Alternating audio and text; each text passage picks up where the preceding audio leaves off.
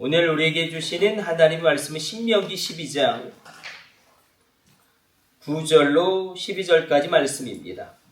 신명기 12장 9절로 12절까지 말씀 같이 읽습니다.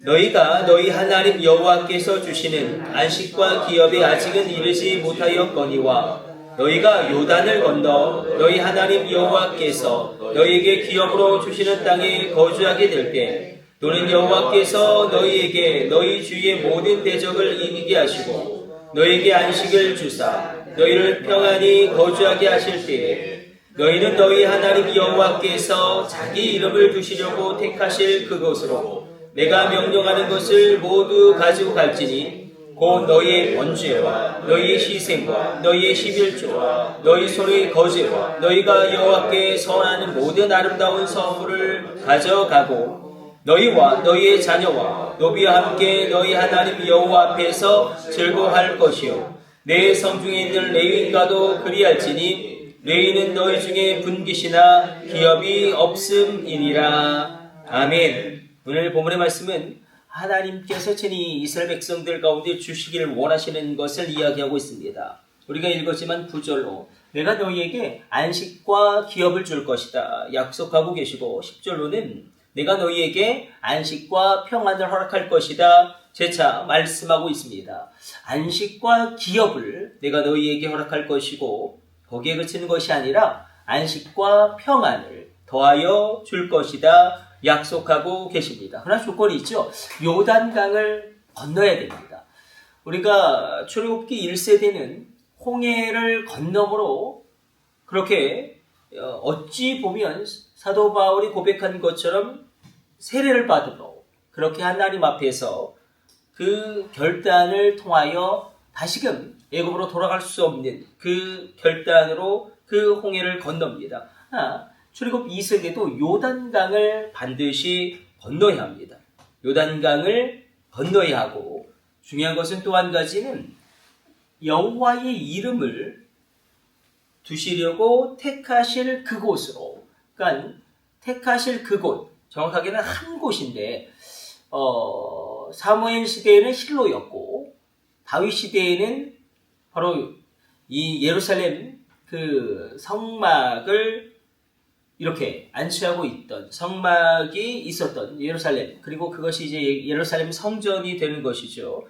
다니엘 예배 처소를 말씀하고 있습니다. 거기서 너희가 나에게 예배를 드려라. 내가 나의 이름을 두려고 택할 그곳으로 내가 명령하는 모든 예배를 나에게 드려라. 이렇게 하나님은 이스라엘 백성들에게 너희가 요단강을 건너야 하고 너희가 온전한 예배를 드려라. 그때 요단강을 건너지 않으면 얻을 수 없는 기업을 너에게 더할 것이고 그때에 내가 너희에게 평강뿐만 아니라 너희 가운데 안식을 허락하게 될 것이다.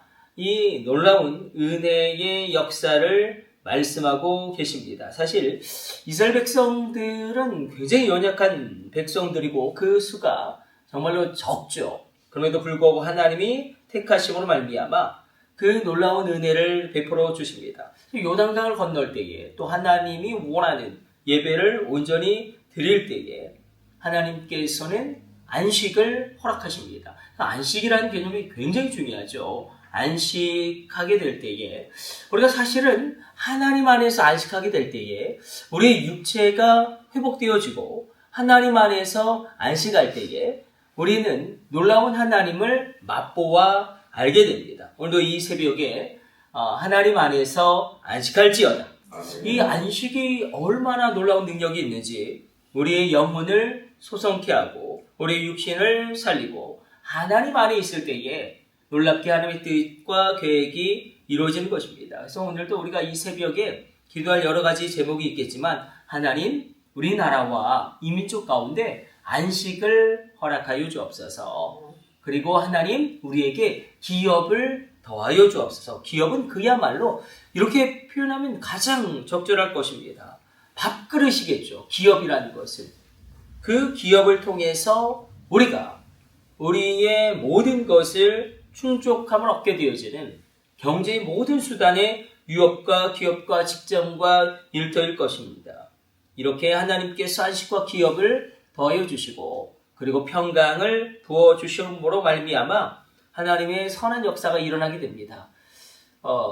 그럼에도 불구하고 오늘 본문에서 늘 논란이 됐던 것은 무엇이냐면, 그러니까 멀리로는 200년 전이겠지만 남북전쟁 당시에 미국에서 내전이 일어났을 때에 이 노예를 사용할 것이냐 말 것이냐, 영국에서도 마찬가지죠. 노예제를 폐지할 것이냐 말 것이냐 할 때에 이 노예제를 지지하는 사람들이 늘 이야기했던 것이, 아니 성경에 노예가 있지 않냐, 이 노예가 있지 않냐, 그러니까 노예의 제도를 유지하는 것이 성경적이다, 이렇게 이야기를 했습니다. 그러나 이건 시대의 상황이죠. 고대 세계에서는 노예가 있어야 되고, 신약에서도 사실은 이 고대 세계였고 중세 세대 이전의 시기였기 때문에 노예가 있었습니다. 그래서 그런 인간의 죄악으로 말미암아 있었던 그 현상들을 성경이 기록하고 있다고 해서 노예 제도를 우리가 옹호하고 그것을 받아들여야 한다, 이건 정말로 잘못된 성경을 왜곡하는 그런 방향이었습니다. 여기서 12절에서 너희의 자녀 너희의 노비와 함께 여호와 앞에서 즐거워하고 레위인과 그 기쁨을 나눌 것이다. 이것은 무엇이냐면 너희 풍성한 유업으로 말미암아 너희 주변에 있는 사람들을 살리고 그들의 모든 것을 너희가 공급할 수 있는 그런 능력이 있기를 원한다. 또 레위인은 이렇게 말씀하죠. 레위인은 분깃이나 기업이 없다. 그러니까 너희가 11조를 온전히 드림으로 말미암아 레위인의 생계를 책임져야 한다. 12지파 가운데 더 정확하게는 13지파겠죠. 13지파 가운데 한 지파, 레위 지파를 성별하여 세우시고 그리고 그들을 흩으심으로 말미암아 레위인에게 주셨던 우림과 둠밈이 너희에게 있다. 하나님의 뜻을 분별해야 되고 너희가 말씀을 백성들을 가르쳐야 되고 제사를 집전해야 된다. 이 중요한 레위인의 사명을 그들에게 허락하시죠. 그래서 레위인이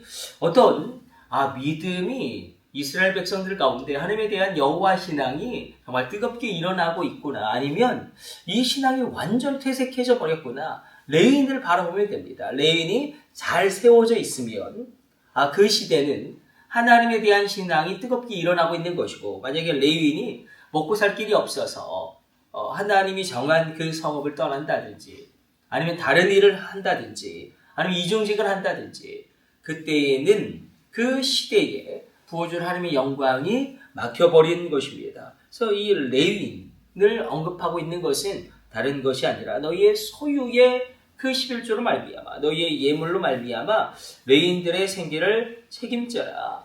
이것을 하나님은 굉장히 많이 말씀하시죠. 우리가 앞으로 구약을 하나하나 살펴나가겠지만 이 레위인에 대한 규례는 계속 반복될 만큼 하나님이 굉장히 중요하게 이 영적인 부흥을 이렇게 바라보고 있다는 것입니다. 오늘도 이 새벽에 우리가 요단강을 또다시 건너게 되어지는 놀라운 영적인 돌파가 있기를 축복합니다. 놀라운 영적인 돌파죠. 놀라운 하나님의 그 땅으로 들어가게 되어지는 그 문이 열려지는 것입니다. 요단을 건너라. 이것은 이제 계속 반복되어지는 명령이죠. 여호수아에게서도 하나님이 계속 명령하신 것이고, 요단을 건너고 그리고 그 하나님이 약속하신 그 땅 가운데 하나님의 이름을 두려고 택하실 그곳으로 가서 이 다니엘 예배처에서 너희가 예배드려라. 그렇게 하나님께서는 명령하고 있습니다. 하나님의 이름은 놀라운 능력이죠. 우리가 활동명사라고 표현하지 않습니까? 헬라 원어로는 오누마인데 그 이름 자체가 운동합니다. 이것을 우리가 어떻게 설명할 길이 없겠죠. 이름 자체가 운동하고 이름 자체가 활동하고 이름 자체에 권세가 있고 그 이름 자체가 우리에게 영향력을 미칩니다. 그래서 누구든지 주의 이름을 부르는 자는 구원을 얻으리라. 사실 이것이 사도행전에서 사도들이 외쳤던 중요한 선포이지 않습니까? 주의 이름을 부르는 자는 구원을 얻는다. 그런 주님의 이름에 권세가 있다. 그래서 사실 우리의 기도와 이방인들의 기도와 우리의 기도와 불교들의 기도와 별반 다를 바가 없습니다. 이슬람 교도의 기도와 우리의 기도가 상당히 비슷하죠. 우리는 안녕을 위해서 기도하고 우리 자녀를 위해서 기도하고 우리 건강을 위해서 기도하고 나라 민족을 위해서 기도합니다. 수많은 종교들, 여타 종교의 사람들도 그렇게 기도하지만 그들의 기도와 우리들의 기도가 하나님 앞에서 가치가 다른 이유는, 무게가 다른 이유는 무엇이냐면 우리가 바로 예수 그리스도의 이름으로 기도함으로 말미암아 우리의 기도는 사실은 예수님의 이름으로 기도함으로 말미암아 나의 기도는 이제는 하나님 앞에서 예수님의 기도처럼 받아들이게 되어지는, 우리에게 하나님이 주신 자녀의 권세가 이렇게 운행하고 역사하게 됩니다. 그래서 하나님의 이름, 예수 그리스도의 이름이 권세가 있고 예수님의 이름으로 우리는 놀라운 것을 이루게 됩니다. 그러므로 그 이름의 권세를 우리가 오늘도 이 새벽에 누리기를 원합니다. 그 이름의 권세 가운데 우리가 놀라운 것을 체험하기를 원합니다. 하나님 오늘도 분명하게 말씀하십니다. 요단강을 다시 건너랍니다. 요단강을 건너라. 우리가 다시 건너야 될 요단강이 분명히 있을 것입니다. 그리고 너희가 온전한 예배를 드림으로 내가 정한 그 방법대로 내가 정한 그곳에서 예배를 드림으로 예배의 축복을 누려라. 그러면 안식과 기업과 평강은 너희 가운데 자연히 부어지게 될 것이다. 우리 가운데 이 놀라운 은총의 역사가 오늘 이 새벽에 일어나게 될 것입니다. 여러분 축복합니다. 여러분의 소유의 11조가 갑절이 될지어다. 10배가 될지어다. 100배가 될지어다. 정말 신명기에서 말씀하시지 않습니까? 내가 너희를 1000배나 더 많게 할 것이다. 1000배나 더 강력하게 할 것이다. 그 신명기적인 1000배의 축복이 있을지어다. 여러분의 자녀들 가운데 그 소득의 11조가 갑절이 되고 10배가 되고 100배가 되고 1000배가 되어지는 이 놀라운 역사가 일어납니다. 그러므로 이름을 하나님 말씀하신 건 사실 정체성과 관련이 있죠. 이 정체성은 굉장히 중요합니다. 영적 전쟁에서 영적 전쟁 가운데 정체성. 내가 누구냐? 우리는 하나님의 자녀입니다.